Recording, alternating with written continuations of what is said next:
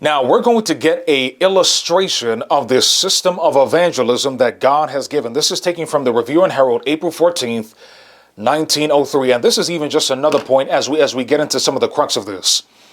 Family, it is going to be impossible to understand, in order to understand the work that God has called us to do without, in detail, going through the spirit of prophecy. Again, we need to go through things like the 9 volumes of the testimonies. We need to read books like the Ministry of Healing. We need to read books like Christ Object Lessons. We need to read these specific volumes that God has given so that we can have a very broad framework as to what God is calling us to do specifically in this generation. And very many times, even very many of us who are trying to lead out in evangelism, because of our great ignorance, we are merely copying the evangelism that we see others do. Not what we're meticulously studying in the testimonies in the Bible, but what we merely see other people doing. Notice what this says in Review and Herald. This says a school and a sanitarium and a publishing house were there. These are 3 institutions. Notice, these institutions had an influence one upon another. If this influence had always been good, more of a missionary spirit would have been developed. There would have been a clearer understanding of what must be done in the various cities of America. It would have been seen that in every city the standard must be planted and a memorial for God established. Notice, it is God's design, not man's design, not anyone else's design. It is God's design that our people should locate outside the cities. There is no Seventh-day Adventist that should be living permanently in the city. Yes, while there are times to abide in the city for evangelism, blitzes, and all of these things, there is no Seventh-day Adventist that should be permanently content living in the city. And this is not to be misunderstood. It is a reality that some of us, even probably many of us, are still living in the city. Family, God understands our present circumstance, our economic ability, everything that is associated with making a move to the country. God understands that. But I can promise you, if we set our face like a flint, if we are intent upon following God, the Lord will providentially provide the opportunity to be able to make that transition to the country, even if it's in a small capacity. We don't need to get 5, 6, 7, 8 bedroom houses when we move to the country. We can do it in a simple way. And family, there's so much to say upon this subject, but unfortunately, that's not the very premise of this study. But by the grace of God, hopefully we'll deal with country living just as a concept, maybe in another study. This says, it is God's desire that our people should locate outside the cities. Notice, and from these outposts warn the cities. So it's God's design that we as believers, that we live in the country, we have these missionary centers, as we read, the school, the sanitarium, and the publishing house. And from these outposts in the country, we go into the city to do evangelism. Well, somebody says, well, if everybody's in the country, who's going to minister to the people in the city? Family. That type of reasoning was the same reasoning used by the patriarch Lot. Lot thought that he could live in Sodom and Gomorrah while trying to save it. As a result of that terrible judgment, Lot lost his entire family. Not one of that immediate family is going to be saved besides Lot. And even the posterity that came about as a result of Lot's filthy liaison with his daughters were descendants like the Moabites, who were a constant scourge to the children of Israel. Again, so I'll read this. It says, it is God's design that our people should locate outside the cities, and from these outposts warn the cities, and raise in them memorials for God. There must be a force of influence in the cities that the message of warning shall be heard. Now, just to emphasize the point, family, this is God's design of evangelism. To have these outpost centers with proper missionary training schools, not the conventional Adventist education that we see today. sanitariums, not the conventional medical practice that we see today in things like Advent Health and the Loma Linda Health System. Sanitariums based upon the principles that God has given. And also publishing houses, not bookstores that are selling books from T.D. Jakes and Joyce Myers and Creflo Dollar, but spirit-filled, Christ-centered literature that's going to help prepare people for Christ's soon return and to teach them how to be like Jesus in a practical way. Continuing, notice what this says from Country Living. This says, repeatedly the Lord has instructed us that we are to work the cities from outpost centers, and in these cities we are to have houses of worship as memorials for God. But institutions, notice, for the publication of our literature, the healing of the sick, for the training of workers, are to be established outside the cities.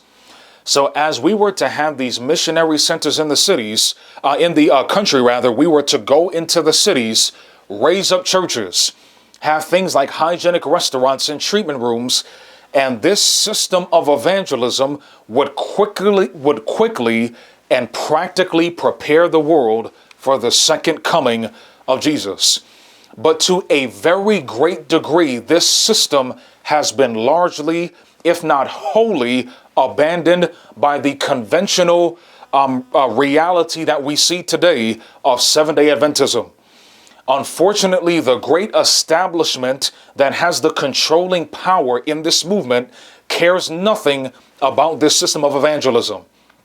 Sadly, and we don't say this arbitrarily, but the denomination in its official capacity is not running proper missionary training schools. Andrews University is not a true education school. Oakwood University is not a true education school. Loma Linda is not a true education school. The denomination does not care for sanitarium work. We heard, especially during the COVID crisis, how much our medical system was receiving billions in Medicare and Medicaid and all of this. So as a result of all of these conflicts of interest, all of these moneyed interests, there has been almost a complete abandonment of the system that God has given.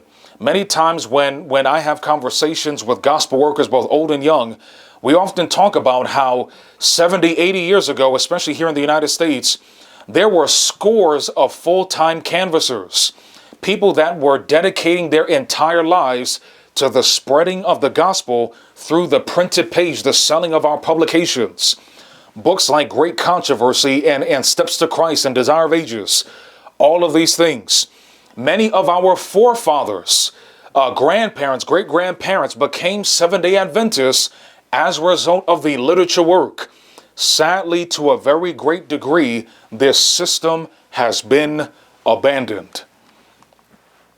Now, on our screen is a symbol of the great institutional work that was thriving at one point in the history of the denomination. On the screen is an artist's rendition of the institutional work. This is Ellen White in the middle. To the left is a rendition of John Harvey Kellogg, and to the right is a rendition of a man by the name of E.A. Sutherland. Notice this. We shall be attacked on every point. We shall be tried to the utmost. We do not want to hold our faith simply because it was handed down to us by our fathers. Such a faith will not stand the terrible test that is before us. We want to know why we are Seventh-day Adventists. Family, we need to understand clearly what it actually means to be a Seventh-day Adventist. Does being a Seventh-day Adventist merely mean that you go to church on Saturday? Does Seventh-day Adventist merely mean that you don't eat pork or shrimp? What does it truly mean to be a Seventh-day Adventist? It says, what real reason we have for coming out from the world as a separate and distinct people. We want to know why our different institutions have been established. Notice what the prophet says. The influence of these messages, talking about the three angels, has been deepening and widening, setting in motion the springs of action in thousands of hearts, bringing into existence institutions of learning, publishing houses, and health institutions. You see, this is the sequence. As people genuinely receive the present truth as revealed in the three angels' messages of Revelation 14, this will naturally bring into existence the institutions that God has outlined that are necessary for the practical demonstration of the gospel.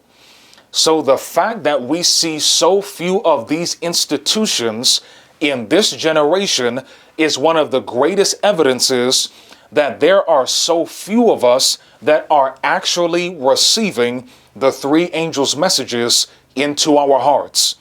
And while it is true, and we'll eventually get into this, that not everybody is going to be involved directly in the establishing of institutions, it doesn't matter if we are the most common person in a local congregation. It should be our greatest desire to do something that is associated with this system of evangelism in order to help Jesus come back. All right, this is continuing. Notice this very powerful quotation from Manuscript Releases, one of the most important, one of the most consequential statements in all of the writings of the Spirit of Prophecy. This is God's purpose in giving the third angel's message to the world, notice, is to prepare a people to stand true to him during the investigative judgment. You see, family, this is the real issue. The real issue, as we mentioned, is not the United Nations, the papacy. It is not all of these, the Freemasons, is not these organizations or bodies. The real issue is what Jesus is accomplishing currently in heaven. And these institutions that God has told us to bring into existence by his grace were to help prepare the world to stand true to God when the judgment passes from the dead to the living.